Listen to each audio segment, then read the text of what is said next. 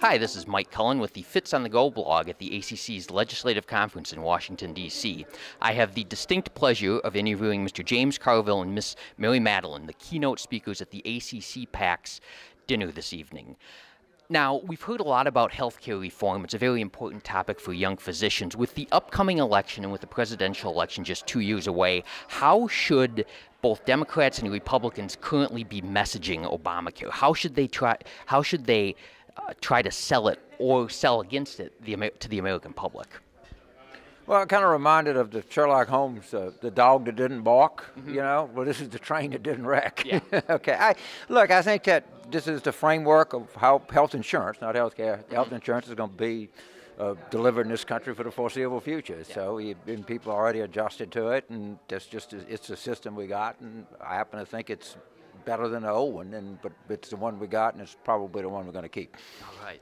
And Ms. Matalin? Well, the train hasn't wrecked because it hasn't left the station yet. The president's employed several delays to get past several election cycles. The opposition to it has never weakened, and it's because people want more control over their health care. It used to be a cost issue, now it's a control issue. I would say in this particular field, if there's anything that is growing leaps and bounds because of innovation and research and entrepreneurial activities, it would be stifled by something like Obamacare, starting with a medical device that saved my former boss's life, Dick Cheney. Yes.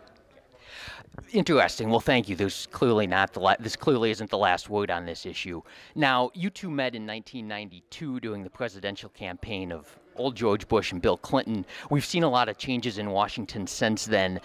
Could you two happen again? With as polarized as Washington is nowadays, could a Democrat and a Republican meet and get together and have a life together? Sure, love conquers all. Not just in a non-polarized or polarized environment, anything else. I mean, I think there's any doubt about it.